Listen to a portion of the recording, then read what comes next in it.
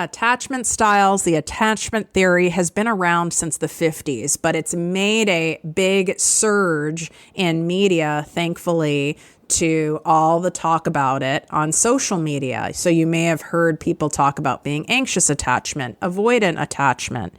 And I recently made this correlation between my particular attachment style and the attachment styles of my clients and how it impacts your financial house, how it impacts how you behave and relate and perceive money. So this new series is going to unpack your unique attachment style and how that is blocking you from getting the abundance that you want if you aren't aware of it. And the first step is to be aware and to be willing so that you can make some shifts in order to unblock that clogged abundance funnel that you have going on. And you're not doing this consciously. This is subconscious stuff that's been at work for many, many years. So how do attachment styles develop? They come from early childhood, like, everything else. The behavior of the primary caregivers, so usually one's parents, contributes to and forms the way a child perceives close relationships. So the child is dependent on his or her caregivers and seeks comfort, soothing, and support from them. If the child's physical and emotional needs are satisfied, he or she becomes securely attached, which is like the optimum attachment style. This, however, would require the caregivers to offer a warm and caring environment and are attuned to the child's needs, even when those needs aren't clearly expressed.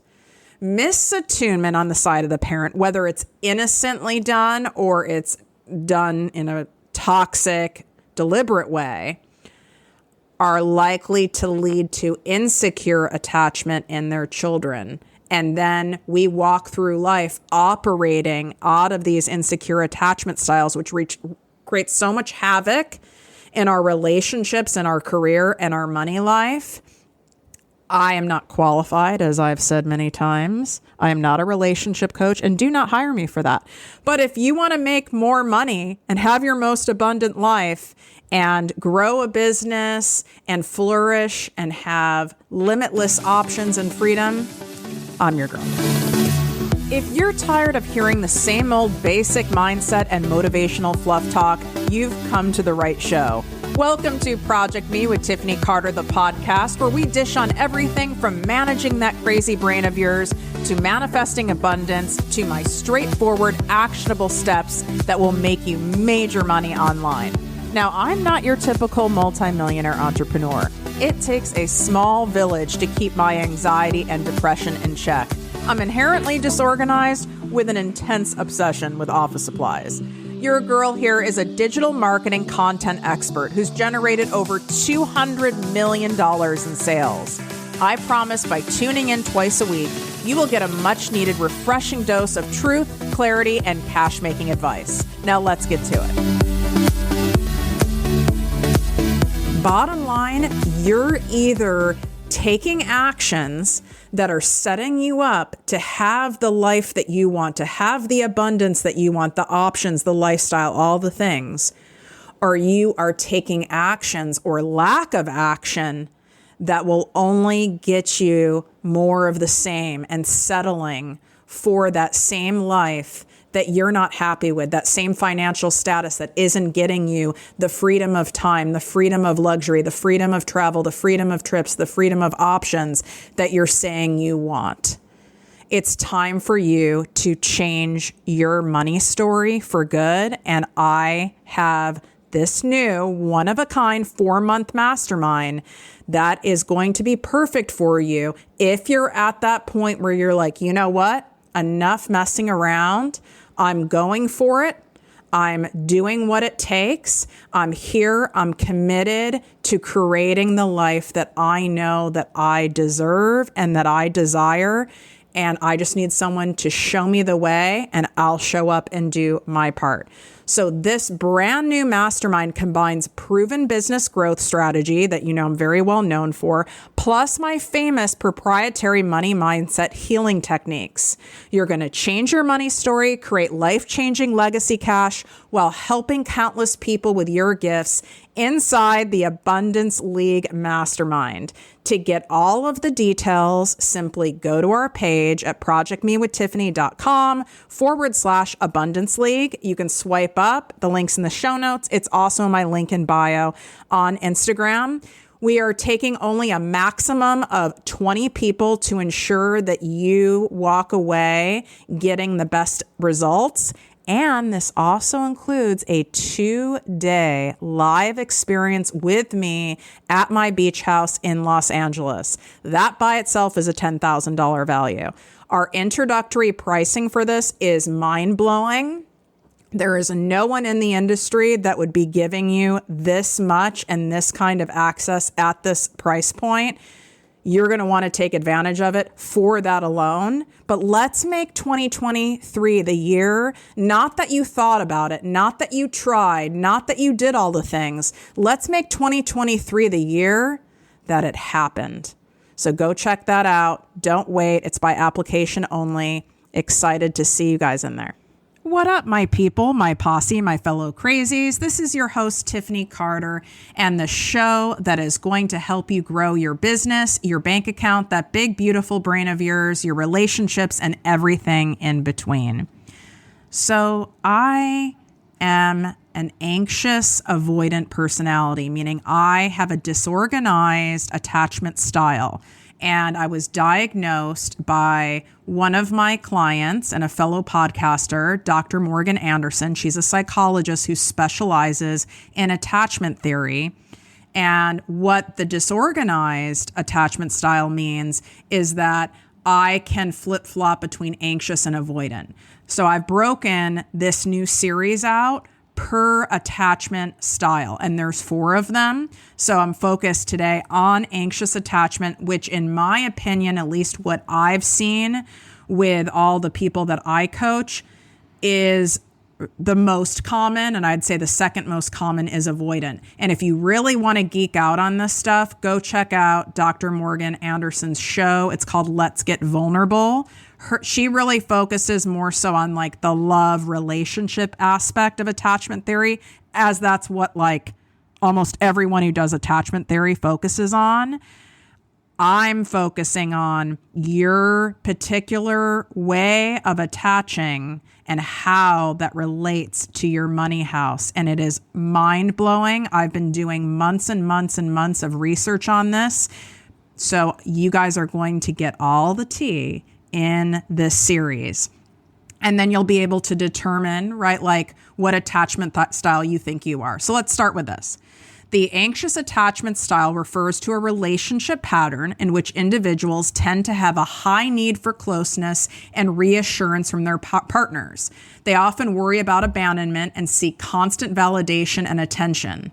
This attachment style can have an impact on various aspects of a person's life, no shit, including their relationship to money. So if you have gone to a therapist or you have spidey senses that you are codependent, I'm codependent, I'm in recovery for codependency, high chance that you have an anxious attachment style. Okay, so I'm going to break down the 5 top ways that I've found in doing my research, specifically in the money house, on how this anxious attachment style will influence your relationship with money, and your mind is about to be blown. The first thing is, and these are in no particular order, overspending. Anxiously attached individuals may use money as a means to seek validation and reassurance. So they may engage in excessive spending, purchasing items or experiences to fill emotional voids or seek temporary happiness. So this could be a shopping spree at Target. This could be saying fuck it and ordering DoorDash 5 nights a week, which even though I have the money to do that, it's off the chains. Okay. And what am I really doing with that? It does fill some kind of a void within me. It could be you convincing yourself that you need a new Gucci bag, or you covet a certain item. And if you have that item, it's going to end up making you feel a certain type of way. So then you go and buy that item. I definitely was that person. I was like, oh, I need to have this pair of jeans. And once I get that bag, I'll feel this way. And you get a temporary mood boost from that. So this behavior can lead obviously to financial instability and difficulties in managing finances. There's a lot of anxious attachment people who have a hard time holding on to money. It's like that money is like burning a hole in your wallet.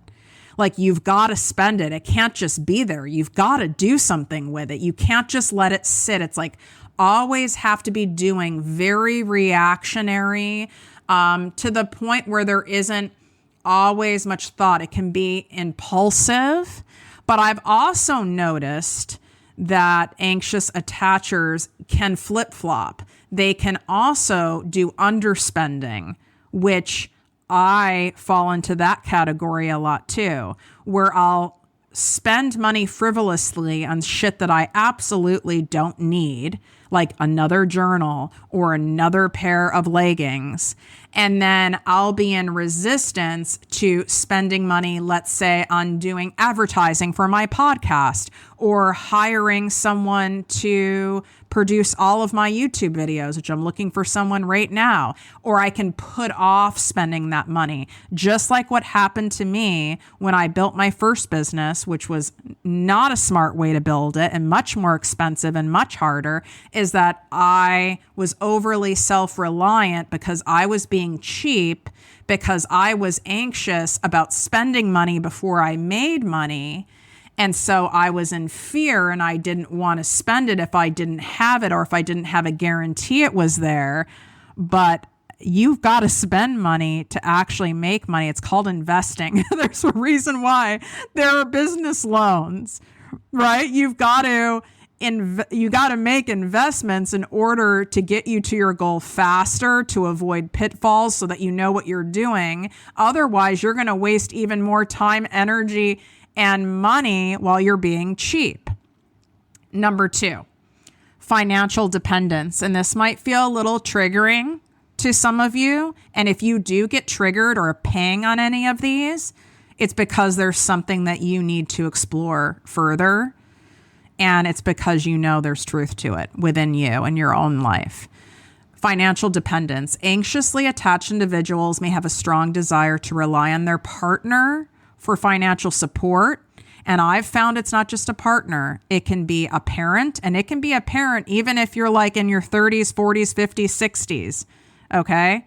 It could be a job where you're in a job far too long. You don't even like it, but you're holding on. It could be a long-term client that is not even paying your current rate, but you're holding on, because you may fear being alone or be unable to make your business successful or take care of yourself financially if you do let go of this. So then this ends up leading to a dependence on whether your partner, this person, let's just say it's a person, this person's income or resources.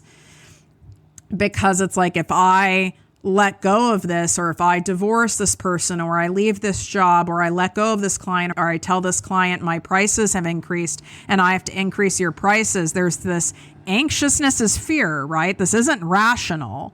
But you have this fear that I'm going to be basically fucked without this. I'm going to be destitute. I'm going to be screwed. I don't know what I'm going to do.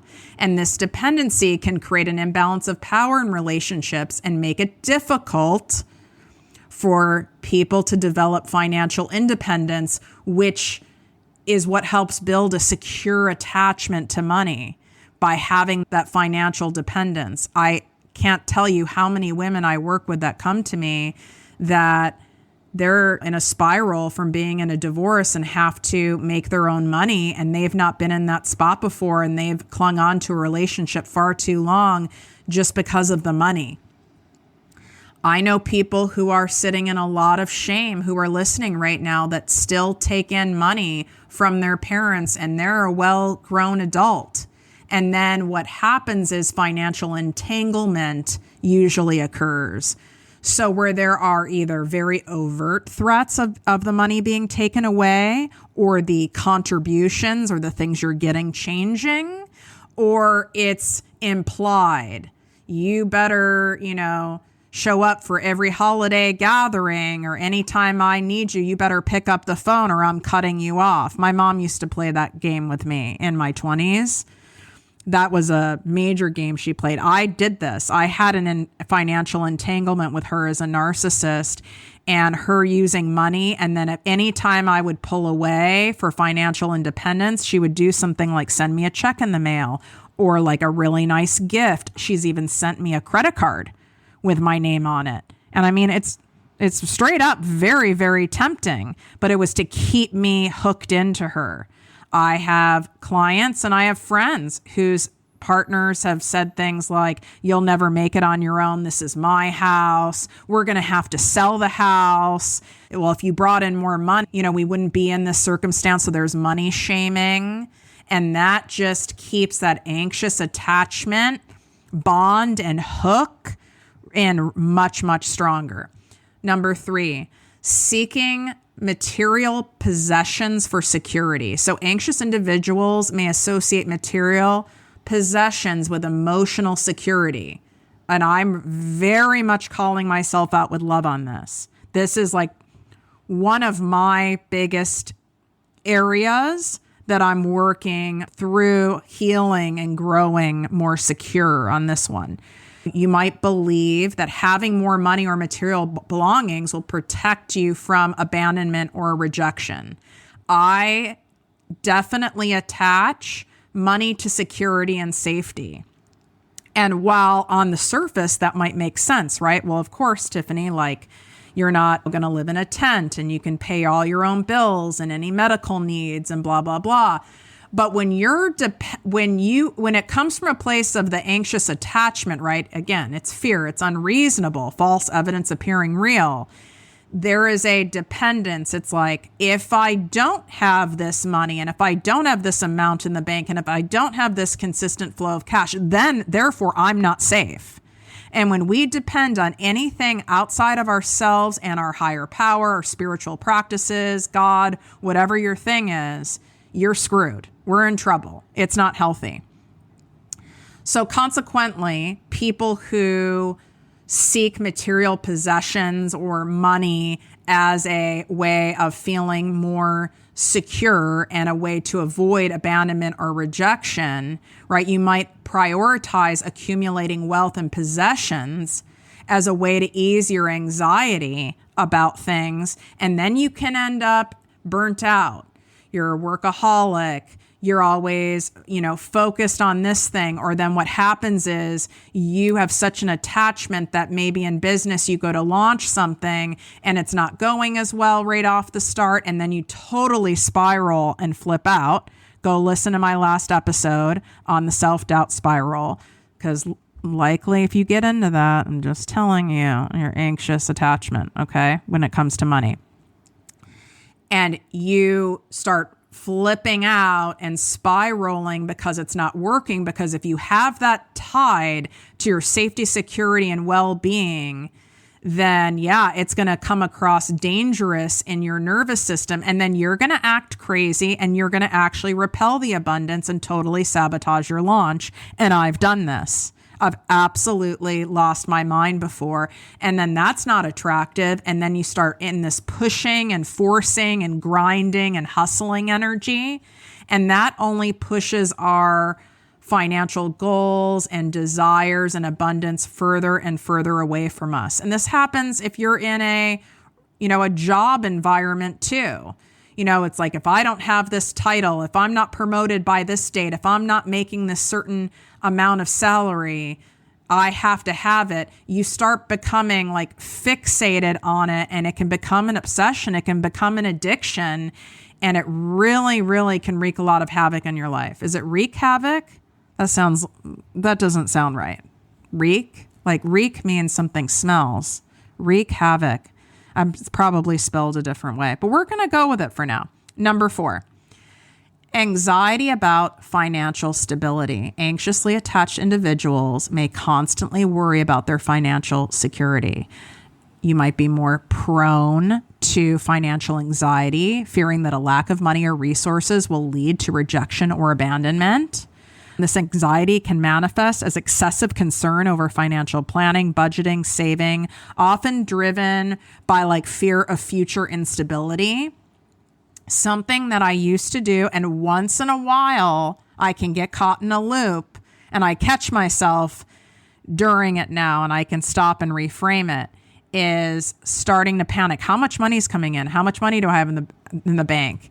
And an old therapist of mine would have me go and check the facts and go check all my financial accounts and my bank accounts so that I'm reminding myself there's plenty in here. But I used to check like my accounts, like my stock market accounts every day. What is that going to do? Unless you're a day trader, all that's going to do is cause you anxiety. What does the stock market do every day? It fluctuates all day long. It goes up and down. I'm sure some of you people who have the TV station or have the apps constantly going with the ticker tape of all the things, that's not healthy. Because if you're really that fixated on something, you're having an anxious attachment to it. It's an unhealthy attachment where you are like, my well-being is dependent on how well the stock market is that day. And you'll hear people, you'll start recognizing this in the people around you and your family, where it's like, oh, my stocks are up today, so I'm in a great mood, or I got the raise, so I'm in a great mood. My launch is doing great, so I'm motivated and I'm happy and I'm higher than life. Well, if your mood and your energy and your worth and your well-being and your internal nervous system is all based on whether or not something outside of yourself happens and doesn't happen, again, major, major danger. And before I get into the fifth one, I want to remind you the best thing that you can do for yourself when you have this anxious attachment, when you want something to work so badly, is set yourself up so you have the accountability and the guidance and support when you start spinning out, so that you're focusing on exactly what you need to and not putting your energy towards stuff that you don't, because this will help you go, okay, I'm doing the best I can. I'm investing in myself. I am following the guidance of a trusted expert. I am supported. And all I need to do is the best I can on any given day and trust that is more than enough. When you can give that gift to yourself and lean back into that, your business will soar. I've watched it happen many, many, many, many, many times over again in all of my masterminds. And that is another reason why we put together this unique one-of-a-kind mastermind experience, the Abundance League. 4 months with me and my ProjectME Dream Team. Plus, you are getting included a 2-day live in-person experience right here at my beach house in Los Angeles. And it will, without a doubt, not only be the most fun you'll have all year, but you will walk away knowing and understanding on a whole different level, because we're going to be showing you in person how to create profitable content that's fun to make, that's easy to make, that connects with your ideal client and converts on repeat for you while you're busy doing other things. You need to start looking at all your pieces of content as like your sales team. These are little sales people all over the interwebs selling your stuff in a way that feels good to your ideal client, in a way that's helpful to them, in a way that feels good to you.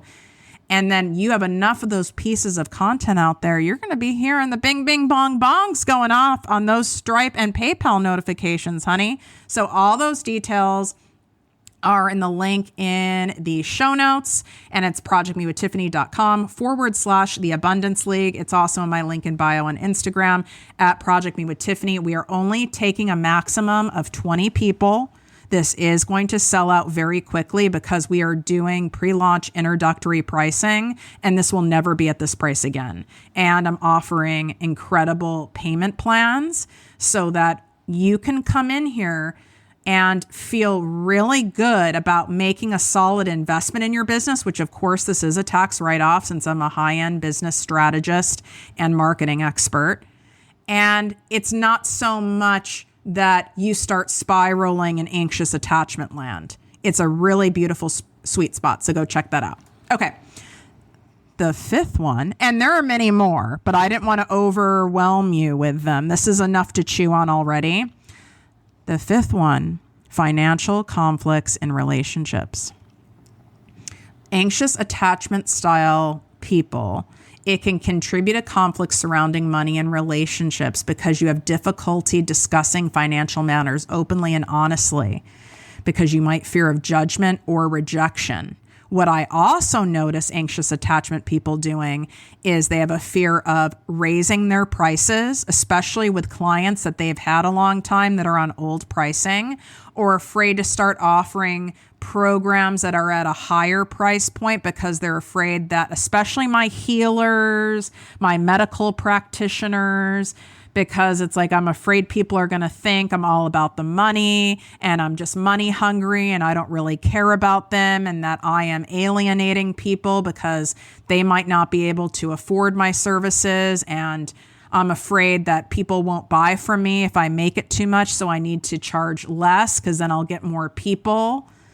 No. None of that ends up working because of where this is rooted in. It's not rooted in like true pricing and marketing strategy, which is something we cover inside my Abundance League Mastermind. It's coming from rooted in fear. I'm fear they will leave. I fear they won't buy. I'm fear they won't stay. I fear they're going to think that I'm this type of a way. I don't want to make them feel a certain type of way. And that's how you know that the behavior and the money noise and the stuff that's going on is rooted in this anxious attachment. So this can create communication gaps, misunderstandings, and disagreements with business partners, with your love partner, with friendship partners, and it can cause a lot of strain. And what it ends up causing is financial resentment.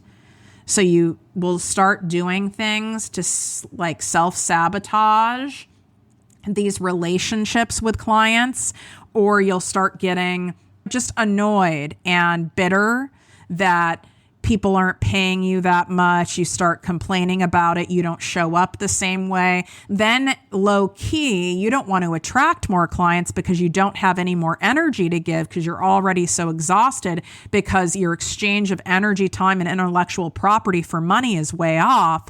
So then you're really putting out into the universe, well, I can't handle more people. I can't handle more business. I can't handle more clients. When the truth is you could, if you had your business structured differently, or if you took fewer people at a higher price point that felt like a really good, honorable exchange for the time, energy, and money and heart that you put into people. Do you see what I'm saying? How tricky it gets here? And that's why inside my new mastermind, you get one live training a month where we focus on business strategy so that you have everything set up to be cranking in the cash for your business. And then there's a second live session, coaching session every single month that is totally focused on all the abundance stuff, all the money stuff, so that we can start clearing out those corroded abundance pipes of yours so that this money can flow much easier and much faster to you. But it's not going to happen in those same corroded pipes. It's just not. We actually probably need to put in new ones. Unless you want to keep working with those old ones that are just getting you the same result. So if you love this episode, share it with someone who comes to mind. Our next episode that you get on this, we're going to be covering the avoidant attachment, which in my opinion and what I've read in my research is like the second most common attachment style and how that relates to money. Share this episode on social media at tag ProjectME with Tiffany on Instagram and Facebook. You can follow me on TikTok now, where I go really deep into the money and manifestation and abundance stuff with unique content that's over on that channel. And if you leave me a 5-star written review on Apple Podcasts and put your name or Instagram handle in the review, take a screenshot, DM me on Instagram. I am going to treat you to a luxuriating beverage of your choice as my way of saying thank you for being such a grateful listener to the show. I appreciate you so much. Wishing you great health, wealth, and worth as always. Love you. If you enjoyed this podcast, please write a 5-star review on iTunes. Not only will this make me super happy, but it will allow more listeners to find our special show. Simply help me help others.